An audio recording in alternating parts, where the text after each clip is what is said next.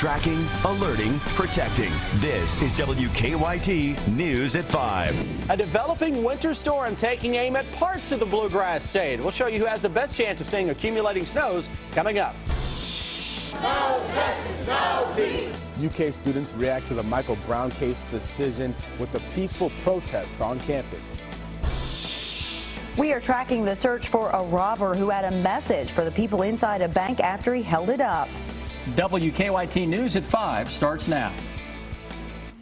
Look out, a big winter storm is on track to hit the eastern U.S. Yeah, part of this wintry blast might brush Kentucky. We begin with WKYT Chief Meteorologist Chris Bailey to tell us when and where it might hit. Hi, Chris. Yeah, as we get closer and closer to this, Amber and Sam, we are dealing with the greater potential that this storm will sideswipe eastern Kentucky with some accumulating snows overnight and into the first part of our Wednesday. Already a winter weather advisory that is out for much of southeastern Kentucky.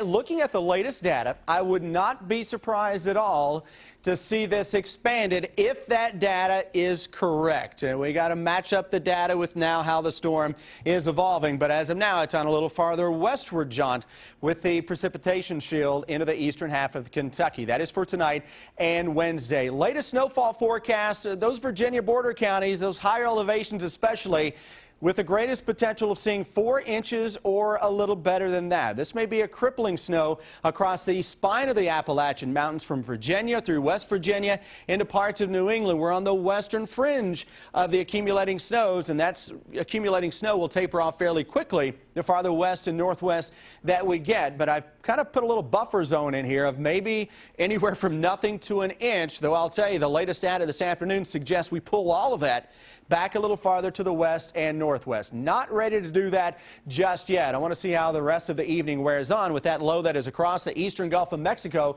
pulling up that moisture well to the west of our storm system, and that'll slingshot into parts of Kentucky deeper into tonight and tomorrow. I'll come back in just a little bit, guys, and we'll put a breakdown on how much snow may fall with this across the eastern half of the country. And there's another little snowmaker coming in behind this for Thanksgiving morning. A lot to talk about just ahead. All right, Chris, we'll see you then. Thank you. An argument between people in 2 cars spills into the road and ends with a woman seriously injured. The violent event happened at Harrodsburg Road and Lane Allen Road about 12:30 this afternoon. WKYT's Phil Pendleton is sorting it all out and tracking the developments from the scene in our top story at 5. Those that we talked to say that it appeared to be some kind of a violent road rage incident, but police say they're still trying to figure out exactly what happened. Basically, there were people in 2 cars that took their anger toward each other to the extremes that had ended with a woman in the hospital now fighting for her life. 2 cars were on Harrodsburg Road when someone in this white Kia got out. Police say that person either pointed or showed a gun to someone in this Honda. Moments later, a woman in the Honda also got out, and police say that's when the Kia backed up and hit her. Witnesses say they could tell her injuries were extremely serious. She was on the floor instantly screaming. The screams were terrible, and the second car reversed, but so hardly that it almost hit my car, and that's where I was. It was a centimeter away from hitting mine. And police say they're still trying to interview everyone involved. No charges have been filed at this time, but we're still following this. We're going to have a lot more at 6 o'clock. But for now, in Lexington, Phil Pendleton, WKYT.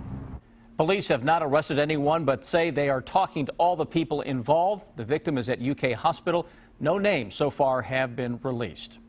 The fallout continues in the St. Louis area following news that a grand jury did not indict a police officer who shot and killed an unarmed teenager. Daylight revealed damage from the violence that broke out in Ferguson, Missouri after last night's announcement. Today, more protest and reaction to the decision. Danielle Nottingham is tracking the situation this afternoon.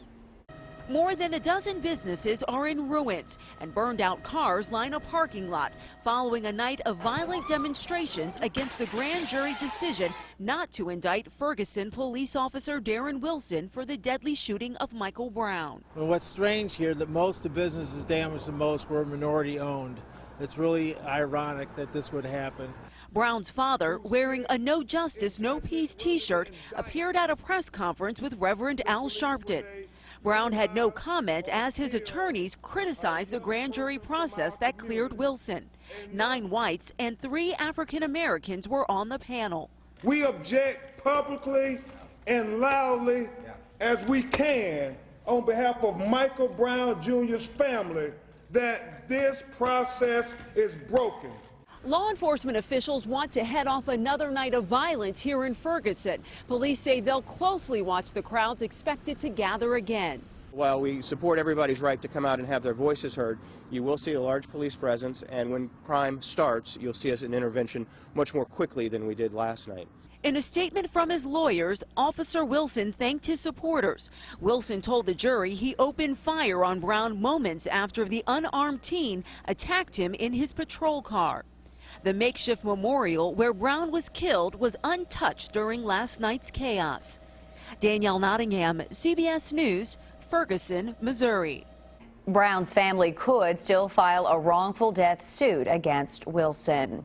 The protests following the grand jury's decision haven't been limited to just Missouri. From New York to Los Angeles, even here in Lexington, people have been making their disagreement with the outcome known. WKYT Sam Smith shows us how students on the UK campus joined protesters around the nation. The idea to put on this display came to be as soon as the decision to not indict Officer Darren Wilson was made. No justice, no peace. No justice, no peace. Students began the march at 2 o'clock this afternoon at the Martin Luther King Jr. Cultural Center. They marched from there to the Patterson office tower. They took a moment for prayer in the beginning and paused for a moment of silence at the end. Protesters dressed in all black and held signs in support of Brown and his family. Hands up, don't shoot. Hands up, don't shoot. And voiced their displeasure with the decision. Everyone feels the same way right now. Granted, whether it's hurt, whether or not there's disappointment in our justice system, it's just like that. It's like a heartbreaking feeling. The march closed with the reading of some of the words written by Brown's family about the importance of police officers wearing body cameras and peaceful protests. In Lexington, Sam Smith, WKYT. Another march will be held tonight here in Lexington. It begins at 6 outside 3rd Street Stuff and Coffee at the corner of 3rd and Limestone.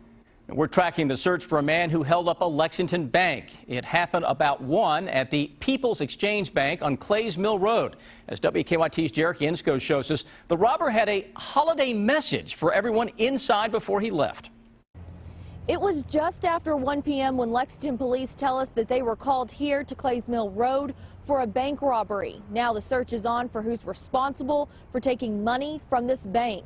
Lexington police tell us one man entered People's Exchange Bank, handing a note over to the teller, which demanded money. Police say it wasn't a violent robbery, but the man did imply he had a weapon by putting his hand in his coat pocket. So the bank took no chances and handed over the money with one customer inside at the time.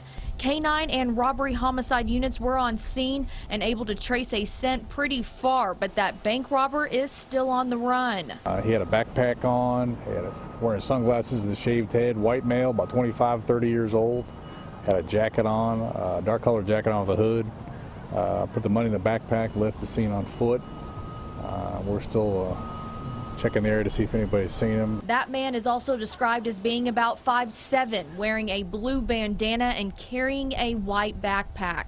Now what's different about this bank robbery is Lexington police tell us once the man had the money, he said Merry Christmas to the tellers before leaving.